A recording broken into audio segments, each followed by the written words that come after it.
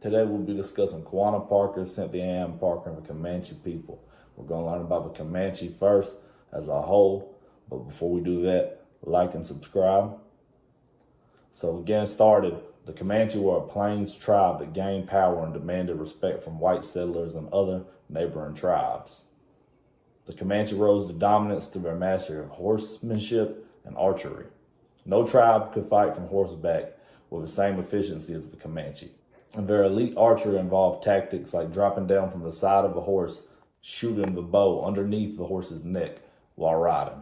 The Comanche gained control of a massive area through their brutality and through their skill, referred to as Comancheria.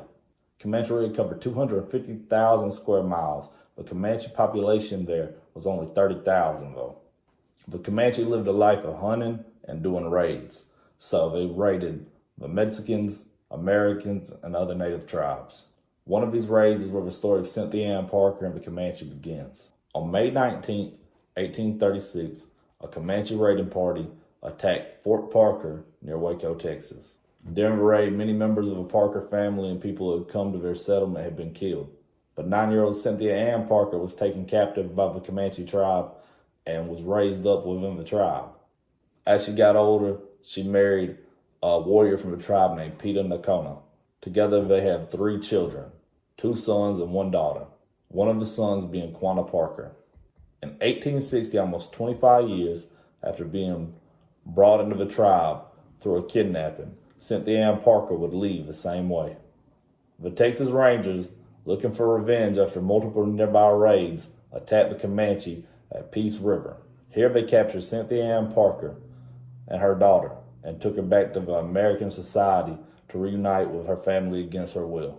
What happened to her husband, Peter Nakona, here is unclear. The Rangers claimed they killed and identified him, while Quanah and many from the tribe claimed he wasn't killed and they didn't die till a few years later from wounds from fighting the Apache.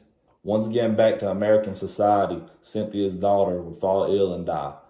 After this, Cynthia would die from complications from self-imposed starvation in 1871. Quanah was a child when his mother and his sister were kidnapped, and Quanah became enraged by his mother and sister being taken by the Americans and became a brutal war chief for his band of the Comanche. Quanah continued to fight off the Americans and conduct raids until 1875, when he and the other Comanches came to the conclusion that they could no longer continue to fight the American forces. When the group surrendered, they were moved to Fort Sill, Oklahoma, and were joined by other bands of the Comanche. Here, Quanah would be placed as the first chief of the entire Comanche tribe, and he would adopt his mother's name, Parker, and he would be known now as Quanah Parker. Quanah kept many of his native traditions, such as peyote use, polygamy, and refusing to cut his braids.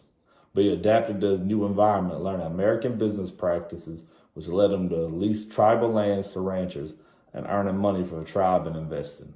Quanah even moved into a 2-story house with his many wives, referred to as the Star House because of the many stars painted on the roof. He did this because he saw the military officers who would visit his home had star-ranking medals, and he wanted to have more stars and outrank them.